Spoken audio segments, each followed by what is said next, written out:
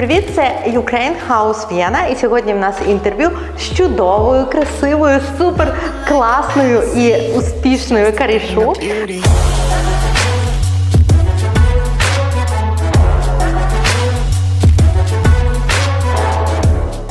Ми знімаємо насправді в фотостудії Yes Man.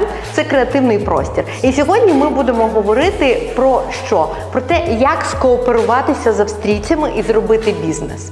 Про те, як, будучи лише 2 роки в Австрії, стати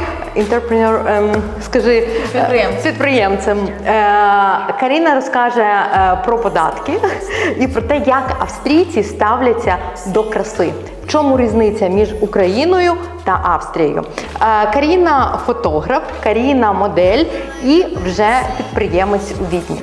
Сьогодні ми розкажемо вам всі секрети. Привіт! Привіт! У нас дуже класна тут атмосфера.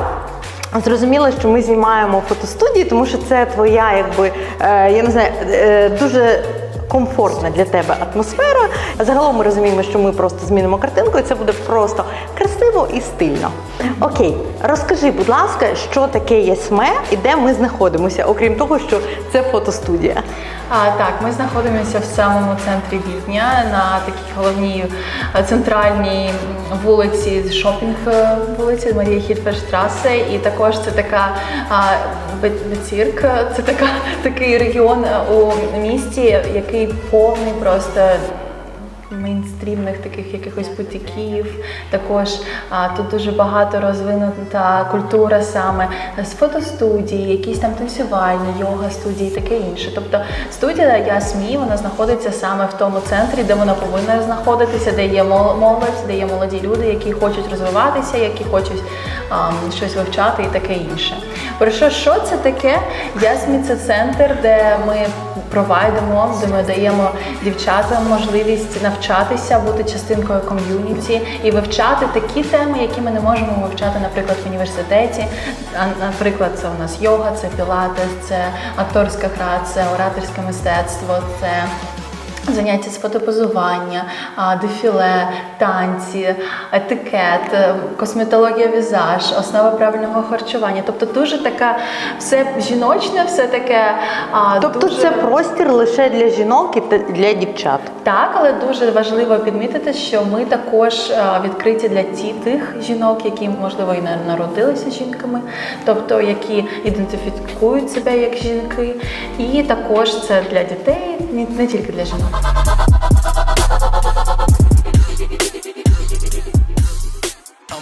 Розкажи мені, будь ласка, як тобі вдалося створити цей простір? Я просто знаю, що там є історія, я пам'ятаю, що я є, насправді скажу чесно, я є клієнткою вашою, я ходжу до вашої візажистки, інколи, коли є натхнення перед зйомками, і це так круто, завжди ти приходиш, і в мене таке відчуття, ніби ти в Україні, в Києві, в плані сервісу. Тобі зроблять каву, з тобою поговорять, ми посміємося, ти релакснеш, і все дуже круто, і все дуже класно.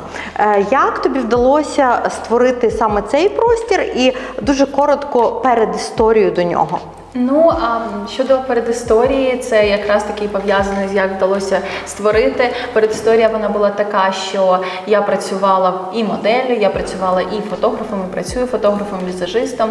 І потім в мене було таке бажання, і я також педагог за освітою та психолог за іншою освітою, і в мене було бажання створити місце, де я зможу все це поєднати разом. І так як я працювала моделлю, мені хотілося просто займатися моделями. І в Україні я відкрила бізнес, що був як модельна школа. Але для мене було важливо, що ми не приймали участі ні в яких там конкурсах краси, ми ніколи... Чому було важливо? Того, що я не хотіла, щоб та маленька дівчинка, яка там, я не знаю, їй 5 років, 8 років, 10 років, вона стояла на сцені, і її просто журі оцінювала за тим, яка вона гарнюня, чи яка вона не гарнюня. А ти брала участь в якихось таких конкурсах? Ні, я не брала участь, і я завжди була проти цього. Того, що ти більше, ніж те, як ти виглядаєш, виглядаєш, або те, як ти подобаєшся людям. Ти це проглибше. І тому я була завжди дуже проти цього. І я казала всім дівчатам, наприклад, тим, хто приходив для того, щоб працювати в моделінгу, я казала, що краса – це не найголовніше, і моделінг – це не найголовніше. Тут ти приходиш, ти отримуєш місце, де ти можеш бути в гарному оточенні, де ти в екологічному оточенні, де ти розвиваєшся у різних напрямках. Тому це і був мій такий основний поінт – створити місце, де підліткам, де дітям буде дуже спокійно і вільно. Де це було? В Кривий Ріг. Так, Кривий Ріг. А потім війна почалась, я закрила цей проект, він не мав можливості розвиватися без того, щоб я постійно була там.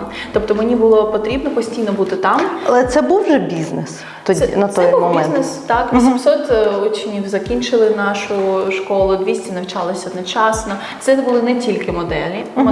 І потім я це все закрила, онлайн не хотіла робити.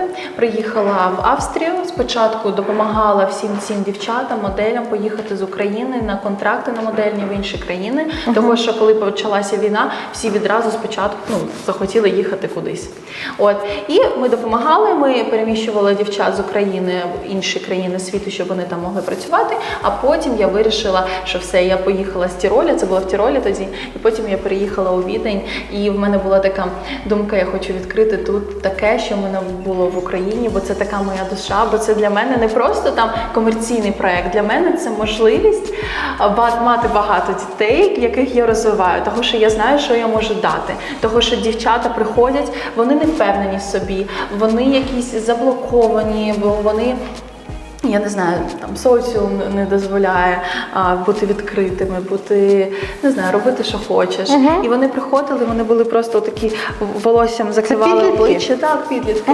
І вони були, вони не хотіли відкриватися, вони соромилися, вони коли спілкувалися, дивилися в підлогу. Деякі дівчата, вони там дуже високі, вони сутулилися, бо хотіли бути нижчими. І я просто бачила, яке value, яку цінність дає мій проект, коли дівчата, вони потім починали вірити в себе, вони знали, як що ти їм кажеш, що ти з ними робиш? Наприклад, якщо в нас є заняття навіть з того ж фотопозування, і я кажу, дівчат, дивіться, коли ми з вами, наприклад, якщо ми хочемо, щоб наші ноги виглядали довшими, але я завжди кажу, ваші ноги можуть бути короткими, і це також окей. Я кажу, тоді ми робимо так. Або якщо ми позуємо так, якщо ми приймемо таку позу, ми будемо виглядати трошки більшими, а так худішими. Але це окей, якщо ви в будь-якій вазі і таке інше. Тобто я постійно кажу, так буде, наприклад, виглядати таким чином, але ти повинна розуміти, як ти виглядаєш, це не є найголовніше. Але круто, коли ти знаєш, як виглядати так, щоб ти потім собі подобалася. І потім, якщо коли дівчата до мене приходять, я постійно їм кажу про те, що їхня думка, вона важлива.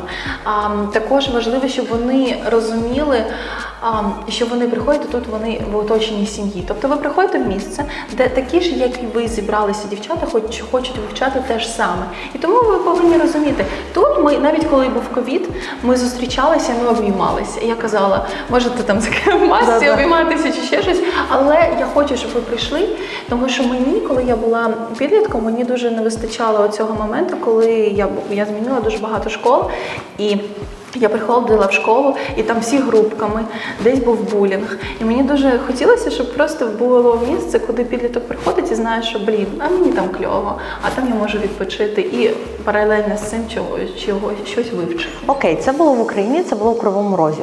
Що тут? Я просто, дивись, ми робимо цей наш проєкт, в якому ми хочемо донести до української аудиторії нашу цінність. Розказати, що ми круті, що українки, українці, вони супер круті. Вони вміють робити бізнес, вони вміють виживати, вони готові будуть повернутися після війни і відбудовувати Україну.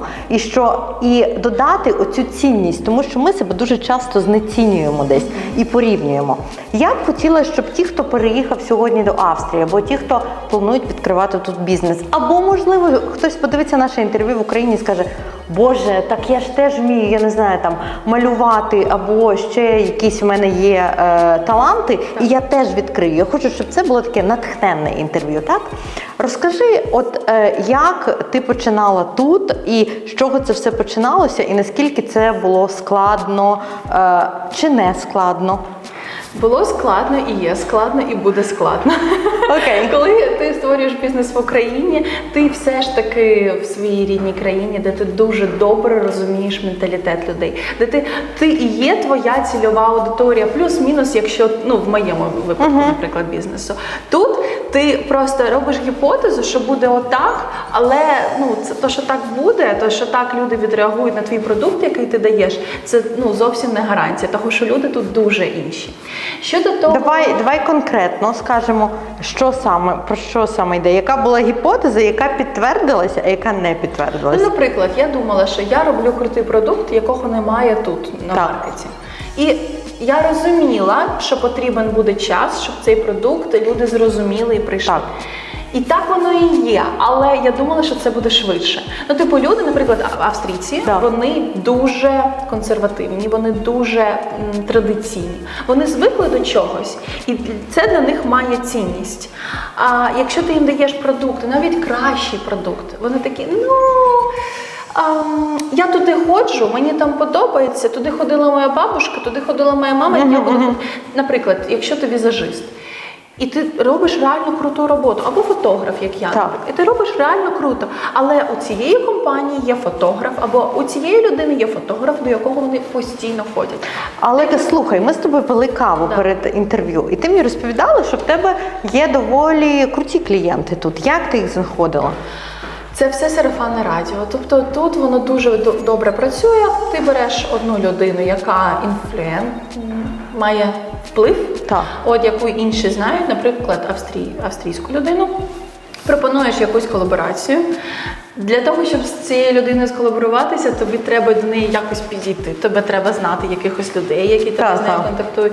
І ти робиш з нею колаборацію, і потім на тебе інші австрійці також інакше дивляться. Вони такі, окей, ти цю людину фотографувала, я, можливо, подумаю. А потім ще ти трохи пофотографуєш, яку ця людина знає, і вони такі, окей, я спробую.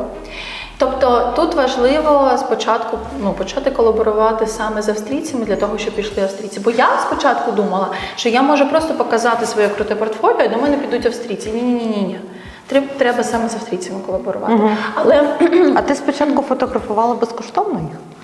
Дуже мало, того що якщо починаєш безкоштовно, то не буде тебе цінувати. Ти дуже круту фразу сказала, що наші українці себе недооцінюють. Це правда, так? Вони демпінгують цінами, вони ставлять такі ціни, як і в Україні були. В нас є група фотографів, де я постійно кажу, ребят, давайте піднімайте ціну, того що 40 євро за зйомку – це не серйозно. І тому це реально так. Потім візажисти, які занижують ціну, ставлять нижче риночної ціни, щоб робити більше зйомок, щоб мати більше клієнтів, але це тут так не працює. Наприклад, в австрійці вони вважають, якщо ціна в тебе низька, я до тебе піду, щось там не так, значить. Також в них є така штука, що вони, якщо хочете виходити на тих людей, які платять гарні гроші, треба ставити великі гроші на свої послуги. Наприклад, є одна австрійка, і вона пішла до вас і сфоткалась за, наприклад, 100 євро, це дешево. А інша, вона реально може заплатити 500 євро. І вона така, а чого я піду до неї, бо в неї так дешево. Або в них є така історія, що вони не хочуть фоткатися у тих, або фарбуватися у тих людей, у яких можуть фарбуватися всі. Вони хочуть так, щоб тільки вона могла до тебе піти. Я... Ексклюзив? Ексклюзив. Так, наприклад, в мене зйомка коштує 450 євро, це без ват. І йде до мене австрійка, і вона хоче, щоб вона розуміла, що інші не можуть собі цього дозволити. Розумієш? Ага, і певно, що іще мова йде і про мейк, і про сам образ, і про все. Так, тобто Так. вони хочуть брати ті послуги, які не можуть собі дозволити інші. Тут є фотограф, який, наприклад, бере 1500 за зйомку. І дуже мало людей. Година? За годину, так. Ну там більше не година, там більше за зйомку, Так. в тому сенсі, що це не буде довше, ніж година, там півтори, Так. щось таке. Так от, це персональна зйомка. Але окей, добре. Я просто думаю, що українці бояться, що вони не знайдуть своїх клієнтів. Так, це дійсно так. Ну, тому вони роблять такі маленькі ціни, щоб прийшов хоча б хто-небудь і отримати що-небудь. Я можу сказати, що краще робити різні колаборації, краще підвищувати своє портфоліо, якщо ми кажемо про фотографів, про візажистів, така сама історія. Якщо ти будь-який бізнес, краще ти постав ціну трошечки повище, ніж ти відчуваєш, начебто ти зміг би поставити. Але в тебе буде більше часу на те, щоб робити круті якісь колаборації з якимись блогерами, інфлюенсерами тут і таке інше. Того, що дуже жалко, що наші українці занижають свій прайс на свою роботу. А якість в нас крута і креатив. Розкажи, як це працювати з іноземними партнерами, як це працювати з австрійцями? Тому що, як на мене, це дуже крута інформація і дуже важливий кейс. Так, ну дивись, в принципі, коли ти працюєш з іноземцями, ти повинен зрозуміти, що тобі треба бути овервічливим. Типу, Це з австрійцями? З австрійцями, чи з експатами з усіма? З іноземцями. Так, Вони окей. реально плюс-мінус, мені здається, Окей. однакові. Тобто тобі потрібно бути реально овервічливим. І в мене була навіть така ситуація, коли в мене моя менеджер Катя, вона надіслала у принт-шоп просто якийсь меседж, що, типу, привіт, мені треба роздрукувати це, будь ласка, встигніть сьогодні. На що їй телефонує ця людина і каже, а де best regards? А чого ти не написала там, як тебе звати і таке інше. І ця людина вона просто в принтшопі. Типу, це не твій партнер чи ще хтось. Але ти повинен писати постійно Hi, hope this message finds you well. Потім ну, ти так, пишеш навіть на меседж. курсах німецької Так. вчать Sehr geehrte Так. Damen und Herren. Так, Ну, навіть типу, коли ти пишеш так. принтшоп. А коли ти співпрацюєш з людьми, тобі треба розуміти, що ти повинен бути занадто вічливим навіть. Типу, наші українці, вони коли співпрацюють, я просто підказки навіть такі роблю. Коли ти співпрацюєш з іноземцем, ти повинен розуміти, що ти повинен запропонувати водички, ти повинен запитати, як день Сервіс. пройшов. Так. Але слухай, тут проблеми з сервісом насправді. Так, але коли ти комунікуєш з людиною просто в спілкуванні, коли ми не кажемо про сервіс в кафе, це інша історія. Але саме коли ти спілкування, комунікація, ти повинен реально бути занадто вічливим. Ти повинен, коли ти пишеш людині, ти повинен спочитати, як і в неї справи, що ти сподіваєшся, що в неї дуже гарний день пройшов. Ми втомлюєшся від цього?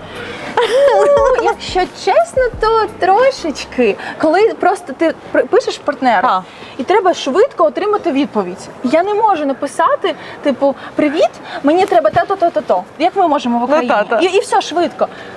Привіт, як справа? Ні, в Україні теж, коли це якісь дуже важливі партнери, ти не будеш так писати. Ти пишеш «Доброго дня», я сподіваюся. Але коли це робоча команда і Телеграм, ти такий, швиденько, це треба зробити. Це, я думаю, що з командою своєю ти саме так спілкуєшся. Чи вже ні? Ну, ні. Все ж таки, типу, я сподіваюся, що в тебе гарно пройшли вихідні, і тільки тоді ти пишеш. Тобто треба реально бути овервічливим. Окей. Тобто, а я зазвичай, щоб ти розуміла, я пишу ку-ку, як справи, дивись, треба зробити те. Дивись, овервічливі. Please. Thank you so much. Розкажи, будь ласка, чому я вирішила писати з тобою інтерв'ю? Тому що дуже крутий кейс колаборації з австрійцями в плані бізнесу. Тому що дуже багато зараз говорять про інтеграцію, про цю колаборацію. Розкажи, як тобі це вдалося? От ти йдеш по вулиці, окей, ти ходиш на курси німецької, де ти з такими самоукраїнцями, сирійцями або іншими, іноземцями, скажімо так. І я не знаю, де можна шукати, наприклад, австрійців для якихось колаборацій. Як у мене це було? Давай. Я дуже швидко смікнула, Так. що немає це не важливо, який я фотограф, Так. якщо мене ніхто не знає. Немає взагалі ніякого значення, наскільки ти професіонал, якщо тебе ніхто не знає. Хто мене потрібно, щоб знав? Українці Да. про мене дізнаються. Я це Окей. розуміла. Інстаграмчик, все добре, Да. все буде окей. Мені треба, щоб про мене дізналися експати різних країн і австрійці. Так. Для цього я почала лізти в будь-які якісь слоти. Типу, я йшла на будь-які івенти. Я спочатку я йшла просто на Штефансдомі, і я підходила до людей, я знайомилася. Прямо на Штефансдомі, бо я приїхала, я нікого тут Але не ж знала. там туристи. Ну, я розумію, мені було нікуди йти. Ну, я розумію. Куди? Ну, я просто підходила з камери, така, я там стріт-фотографер, давайте я вас пофоткаю. Відмовлялися. І для мене це був такий вихід з зони комфорту. В Україні я ставила ціну повище, щоб просто відрізати клієнтів ціною. А тут нікому я не потрібна. Потім я почала працювати з блогерами, потім один блогер мене, я пофоткала, вона каже, а давай я тебе туди запрошу, зі мною на івент. Я пішла на івент, я підходжу там до блогерів, вони стоять, спілкуються. Це був піар-івент, і там запрошували блогерів. Вони спілкуються між собою, їм я взагалі не потрібна. Так. І я просто підходила і така, let me introduce myself. І вони такі на мене дивляться, ти хто така, і чого ти до нас прийшла? І я підходила до людей, я знайомилася, я відчувала себе, наприклад, дуже погано в якийсь вечір. Ні, я все ж таки йду і я знайомлюся. І в мене був план. Окей, ти знайомишся, і що далі? Я познайомилася з 300 людей за 2 місяці, що я тут жила. І я така, окей, а зараз 700 людей, а зараз 800, і зараз 900. І я просто, в мене ком'юніті в Вені, в мене нетворкінг, він більше, ніж 1000 людей, це точно.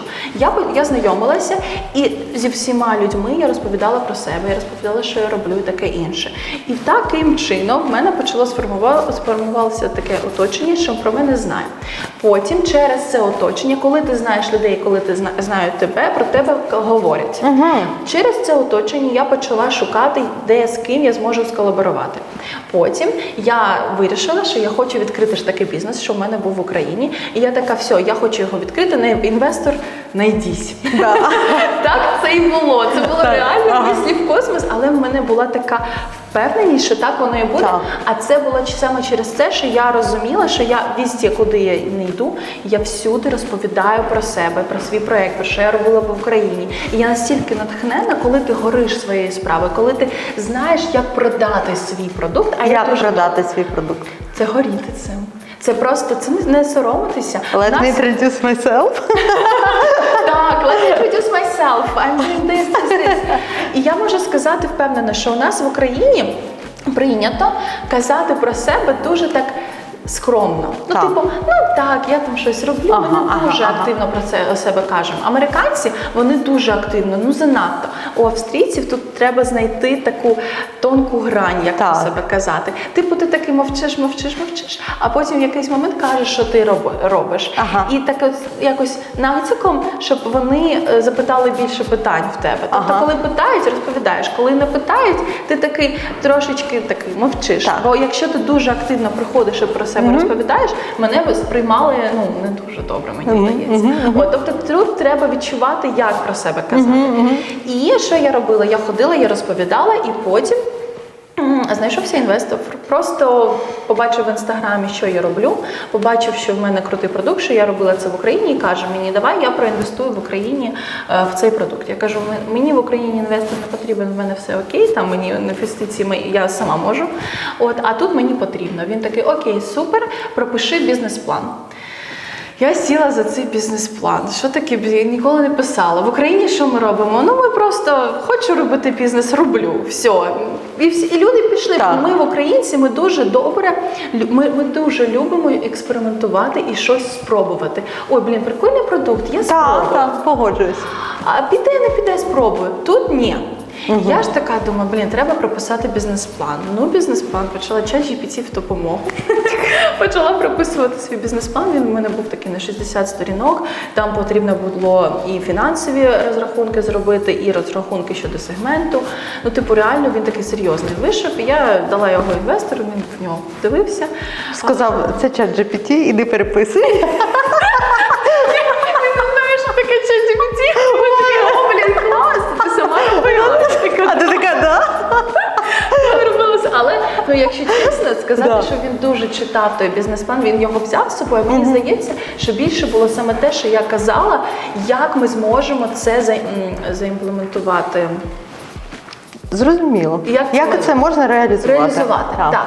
І тому що я казала, дивись, ми приміщення, коли ми будемо брати, бо це найдорожче взяти приміщення і зробити там ремонт. Так. Ми коли будемо робити, коли візьмемо це приміщення, ми не будемо його використовувати тільки за одним призначенням. В нас дуже багато планів Б. Тобто Ясмі Space – це не тільки про те, що в нас тут тільки школа. В нас можна і в оренду взяти, і фотостудія, і танцювальні зали, і для пілатесу. І я кажу, якщо це не піде, є цей план Б. Якщо це не піде, ми будемо здавати просто помісячно. Тобто в мене було дуже багато варіантів, як ми можемо діяти. І інвестор розумів, окей, добре, ця дівчина, вона реально пушить, вона розуміє, що якщо... Інвестор австрієць? Інвестор австрієць. Це австрійська компанія. Забудовник. І так я знайшла інвестора, і так як я дуже багато можу говорити, я його продала. Ти говорила англійською? Так. Я просто, знаєш, якщо австрієць, то чи німецькою, чи ще якось? Так, окей. Англійською. І так я продала свій проєкт інвестору, і ми почали це реалізовувати. Спочатку до цього в мене вже була фотостудія на Опері. Я познайомилася з австрійкою, вона моя партнерка і наразі також. І вона була з... Розкажи більше. Давай зараз. Я поняла. Війна була 25 років тому. Де? В Боснії. Боснія, Герцеговина, на Балканах. І вона була звідти, і вона розуміла, в неї було так серце боліло за Україну, бо вона також прожила у війні рік життя в підвалі, але це було взагалі інші часи, це було 30 років тому майже. І вона каже мені, тоді давай, ти може станеш моїм партнером тут, мені потрібна допомога, а я як фотограф, я дуже добре розумію. Як ти її знайшла? Знаєш, дуже цікаві перші якісь кроки, тому що мені здається, що вони є найголовніші, ці перші кроки. Познайомилася з нею і почала працювати, чи що? Так, я робила свій нетворк, і потім я прийшла на фотостудію, фотографувала там дівчину. Я прийшла на фотостудію, і вона мене там зустріла. Ти орендувала просто там на декілька годин? На годинку я просто взяла фотостудію. Вона мене там зустріла, і я почала дуже багато питати по світлу. І вона мені каже, якщо ти багато так питаєш, то напевно ти розумієшся. А я не розуміюся в цьому, вона не розумілася. І вона каже, а я бачу, що ти розумієшся, і мені потрібна людина, яка мені буде допомагати тут, бо я сама не справляюся. І я така, окей, клас, я буду, бо в мене такий девіз по життю, всьому кажи так. Плюс-мінус, звісно, я відсію, але всьому так. І мені дуже було важливо відчути оце, що в мене щось є, що я можу щось робити вже зараз у Відні, що є якесь місце, як робоче місце, така, куди я приходжу і можу якось розвиватися. І я кажу, так, я буду. Вона каже, але мені треба, щоб ти викупила половину інвестицій фотостудії. Грошей в мене не було. Я така, зроблю. Бо я знаю, що я зможу. Просто зроблю. Все. Це так завжди було по життю? З дитинства так було? Так. В мене таке просто принцип по життю. Так. Ти роби, ти пробуй, а там як буде. Прекрасно. І вона працює. Казати ні, бо немає зараз змоги. Ні, немає змоги зараз, буде далі. Ти можеш пушити, бо я так, як студент, який перед дедлайном, перед екзаменом, в останній момент все робить. Так як було і з грошима, які мені потрібно було назбирати на цю фотостудію. Грошей не було, але вони звідкись взялися, бо я просто реально почала пушити і працювати. І коли я бачу людей, що кажуть, я не можу, я не думаю, що в мене вийде, в мене немає можливості. Я кажу, пробуй, а там розберешся. Якщо не вийде, то ти спробував. Все. І так я почала з нею працювати, віддала інвестицію за фотостудію. Скільки? Це небагато, 4 тисячі, але для мене це було багато.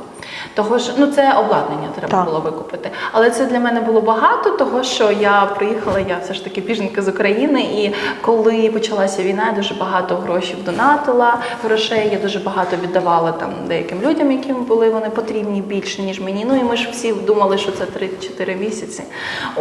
І тому я приїхала, в мене не було грошей, тут же кауціон, тут же ж треба квартиру зняти і все таке інше. І тому для мене це була реальна сума не дуже комфортна. Але все окей, все вийшло. Окей, розкажи, я просто зараз теж на такому періоді, коли я планую відкривати свій бізнес, тому я все розпитую. Я думаю, що ця інформація корисна не лише мені, але й нашій аудиторії, звісно. Але мене цікавлять податки тут. Як їх правильно розрахувати? Якісь ключові моменти, з якими я б хотіла, щоб ми поділилися? Так, податки в мене, я зареєстрована як Kleines-Unternehmen, тобто як просто self-employed підприємець. Так. Там податки, вони дуже легко в них розбиратися, там до 11 тисяч на рік ти не платиш податок, від 11, мені здається, до 18, там 20%. Ця вся інформація є у відкритих істочниках, це дуже легко знайти. Просто треба розуміти, що треба платити від тієї суми, що на рік ти заробляєш. Але також є страховка, яку ти платиш, якщо ти заробляєш більше 5 тисяч євро на рік. Ти реально платиш в страховку. Це 23%. І коли ти заробляєш гроші, ти повинен розуміти, що 23% від того, що ти заробив, ти точно заплатиш за свою страховку. Якщо ти заробив більше 11 тисяч євро на рік, тоді тобі треба 20% проплатити за ту суму, що більше 11. Не на всю суму, а за тільки ту, що більше 11. Добре. І так буде, якщо там, мені здається, до 18 тисяч там 20% платиш, далі 25, далі 30, але тільки на оті суми, не на цю суму це накладається. Але треба розуміти, що тут всі вони чеки фоткають. Ти пішов в кафешку, просто для себе поїв, але кажеш, що пригостив свого партнера. Пішов на вечерю, і ти береш там блюда якісь, і потім приходиш, ти коли даєш цей чек. Тобто це бізнес-вечеря? Так, бізнес-вечеря, і ти пишеш, що це була бізнес-вечеря, але якщо, наприклад, там було 3 блюда, одне вважається, що це було твоє, а, наприклад, 2, ти можеш сказати, що там 2 людини якісь були. Але ти повинен сказати, які людини. І ти реально людину повинен там вказати, ім'я та прізвище. Але якщо, наприклад, в тебе там були лобстери і 2 салати, то лобстери порахуй наче ти їв, а це означає, що ти не зможеш списати з податків. Тут реально дуже багато таких моментів. Я тепер зрозуміла, чого вони всі чеки зберігають. І це брати файлик і класти чеки, а потім сідати розписувати. Так, 7 років ти повинен їх зберігати. Вся документація щодо того бізнесу 7 років. Ти уявляєш цю шафу просто повну чеків? Боже, для мене це ада. Але все можна списувати, все, мене дуже часто... Це геніально. Так, приходять на зйомки, просто для себе фотосесію, пишуть, що там бізнес-шутінгу, там нігті ти зробила, все списала з податків. І Ти серйозно? Так, звісно. Боже, це геніально. І потім, ти списуєш, і якщо виходить до 11-го, того іншого, що залишилося, тоді ти не платиш ніякі податки. Твій бізнес, він все-таки про красу. Так. Про красу внутрішню, про красу зовнішню. Чи бачиш ти якусь різницю у ставленні до краси в Україні і до краси в Австрії, в Європі загалом? Так, ми ж вирізняємось тут, українки. Так, ми вирізняємося.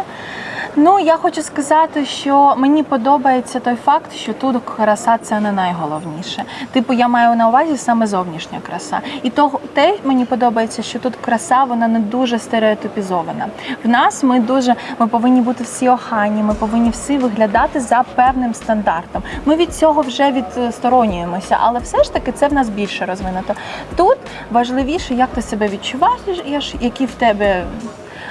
Ти магістр, чи це ти бакалавр, чи ти доктор, чи ще хто ти, яка в тебе освіта, яке в тебе оточення, які в тебе батьки, це дуже важливо. Але те, як ти виглядаєш, це тут не є найважливіше. Але твій бізнес на цьому побудований? Так і ні. Того, що він більше побудований на ком'юніті і на відчутті, які ти отримуєш у нас.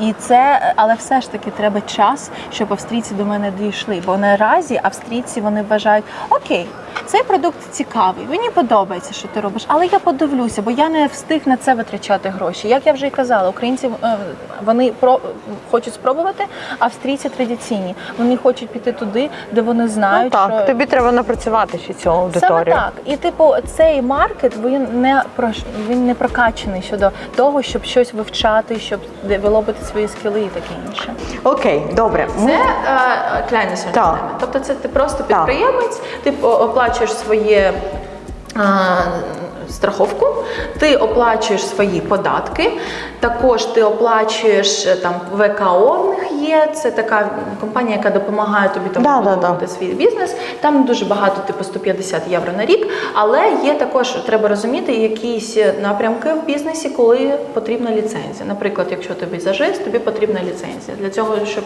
її отримати, треба тут пройти навчання, тут її підтвердити і таке. Це не просто. Це процес, так. Мені не треба було нічого підтверджувати. Як фотографу. Як фотографу, так.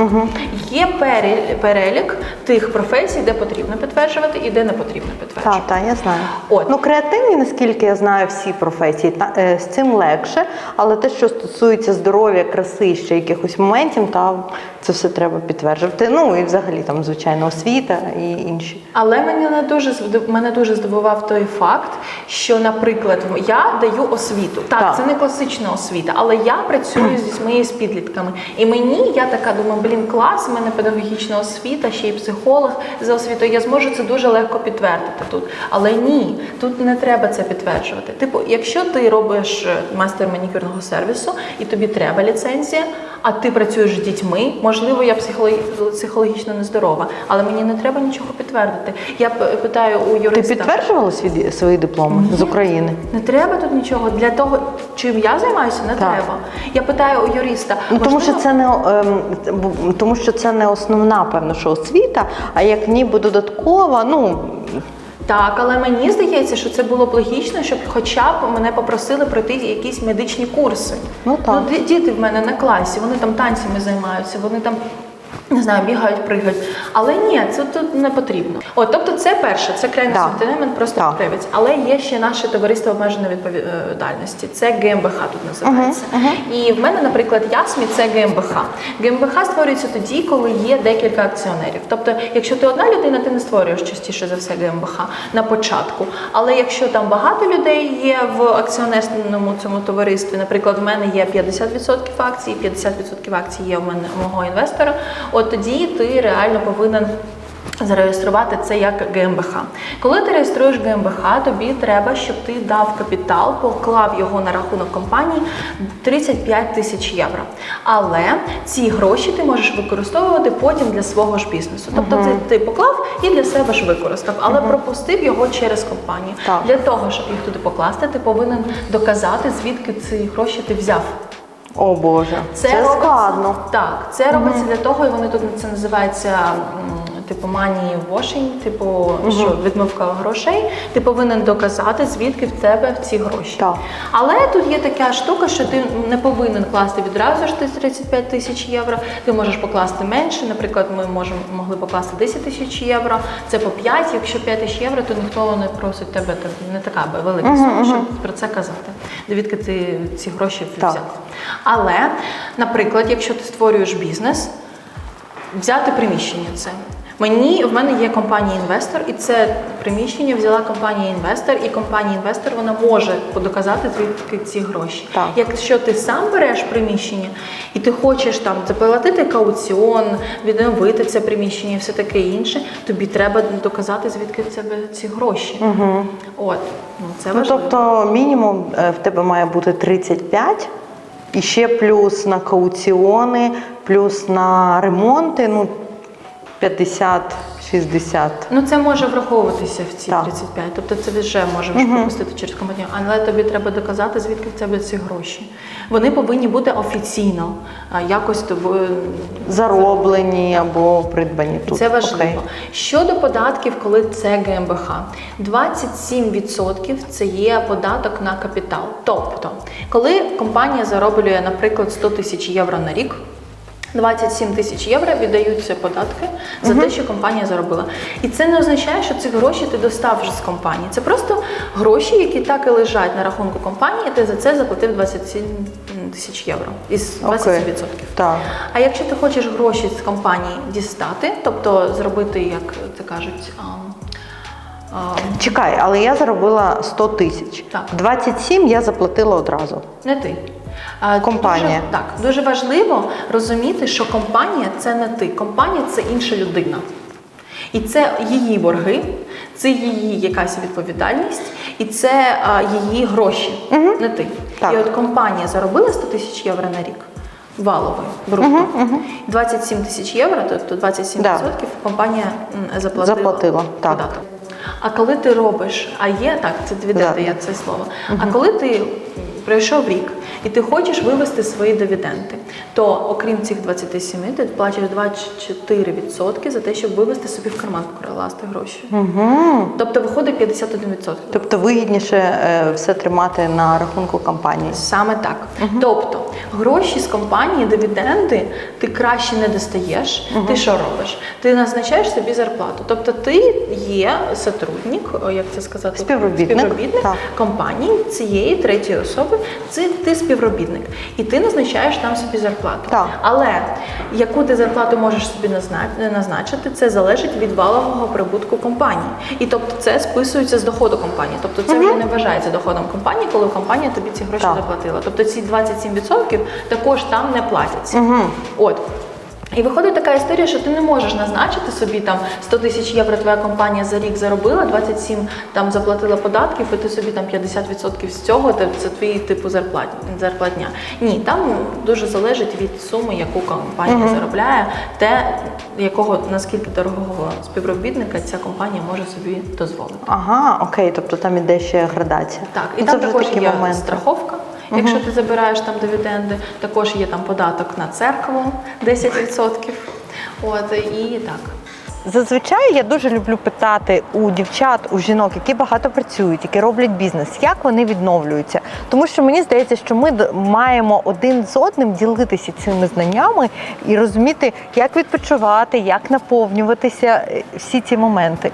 Ти знаєш, це таке питання дуже цікаве, того що коли я трудоголік, реально, і коли я сюди приїхала, і я дивлюся просто на цих австрійців, що все, неділя в мене вихідний, або субота я працюю тільки до 6, і все. А я така, я не можу, я коли зупиняюся, в мене все, мені краще за все, я відчуваю себе, коли я в постійному русі. Коли я майже не маю часу на відновлення, тоді я найкраще себе відчуваю. Але ти знаєш, що кажуть психологи, що це ми таким чином від чогось втікаємо. Від самих себе. Бо я, наприклад, коли працювала на телебаченні на 1+1, я працювала 24/7. І потім, коли я зараз в терапії, я дійшла до того, що насправді оцей трудоголізм – це коли ти втікаєш від самої себе. Але це таке, я не твій психолог. Так, ти розумієш, я насправді просто можу сказати, що мені настільки подобається те, що я роблю, і моя робота, вона не дуже така, вона не грузить мене. Для мене це не важко, наприклад, те, що ми зараз з тобою робимо. Що це, робота? Чекай, це кайф. Це ти кайф. Що? Але все ж таки це можна сказати, що я начебто працюю я розумію, зараз. Да. Або я, наприклад, роблю контент для Ясмі. Ми щось знімаємо, якесь відео, якісь смішні відео. Що це робота? Це не робота. Отак я відпочиваю. А коли я працюю, то я працюю. Окей, добре. Що лишилося в Кривому Розі? Хто лишився в Кривому Розі? Декілька подружок і дуже багато учнів. І серденько моє там залишилося. Але насправді наразі я для себе зрозуміла, що щоб все ж таки тут почати себе відчувати, так що все, я тут. Я повинна зрозуміти, що наразі в Україну я не повертаюся, того що там війна, і я, дякуючи Богу, я можу бути тут, і дякуючи Богу, я можу тут розвиватися і показувати стандарти українські, і створювати місце, де українці можуть, і українські діти інтегруватися, і зустрічатися, і між собою таке інше. І тому я це роблю тут. І коли я для себе зрозуміла, що коли я жила над душею там, а тілом тут, то я не жила не там, не тут. І мені треба було себе зібрати і зрозуміти, все, я тут вибудовую своє нове життя. Якщо буде змога, коли буде змога і коли Україна переможе, тоді я повернуся в Україну і буду вибудовувати знову там своє життя. Бажаємо перемоги Україні. І нехай все буде добре. Дякую тобі за інтерв'ю. Дякую. Це клас, це було круто. Давай. Окей.